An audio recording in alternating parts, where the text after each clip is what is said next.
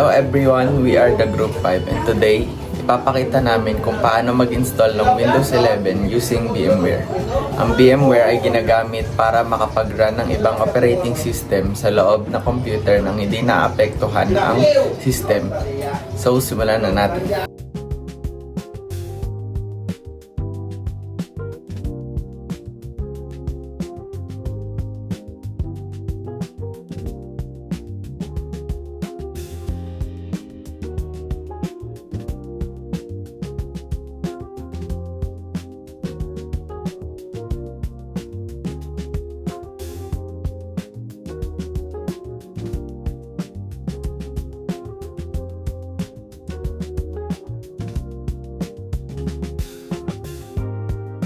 Tayo ng mga sumusunod: VMware Workstation, Windows 11 iOS file, at sapat na RAM at storage.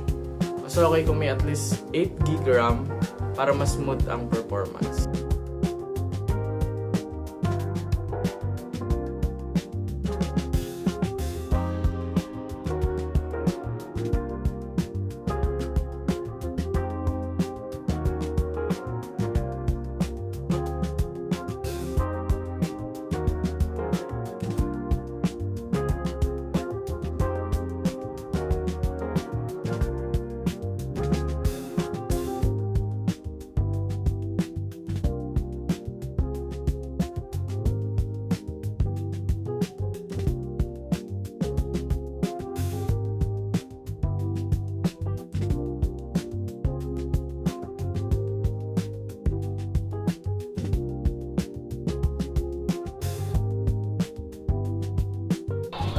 Una, buksan ang VMware at i-click ang Create New Virtual Machine. Piliin ang typical installation, tapos i-click ang Next. Pagkatapos, i-select ang Windows 11 ISO file bilang installer.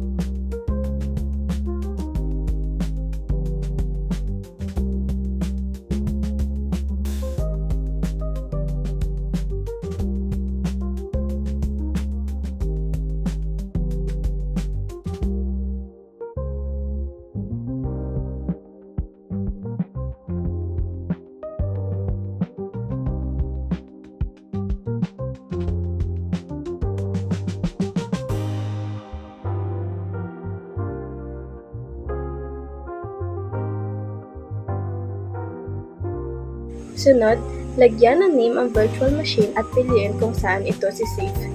Mag-allocate ng RAM, CPU at storage.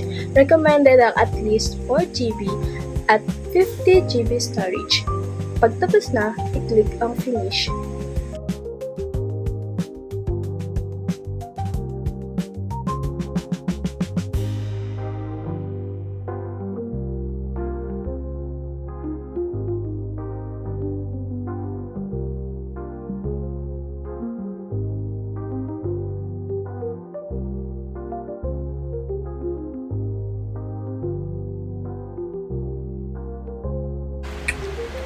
Install Windows.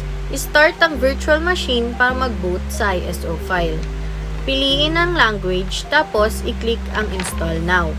I-accept ang license and piliin ang custom installation. At i-select ang virtual disk. Hintayin lang matapos ang installation.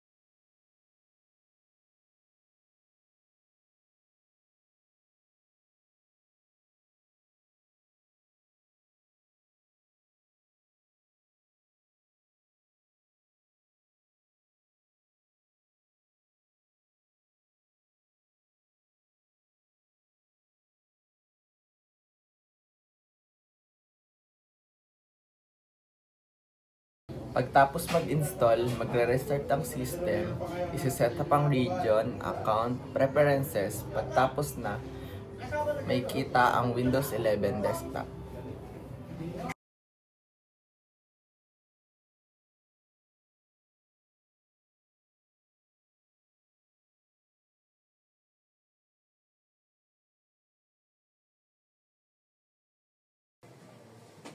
Para mas gumanda ang performance, i-install ang VMware Tools, pumunta sa menu, i-click ang Install VMware Tools at sundin ang instructions.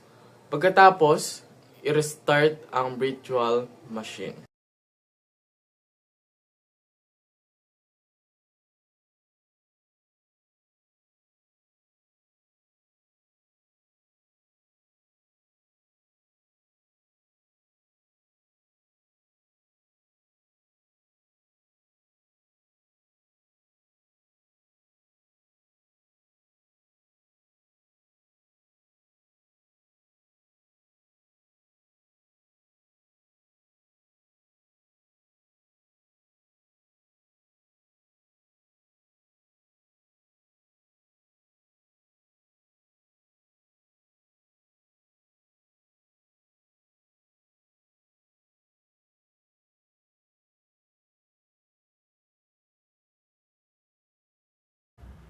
At ayun na, successfully na-install ang Windows 11 using a VMware. Maraming salamat po!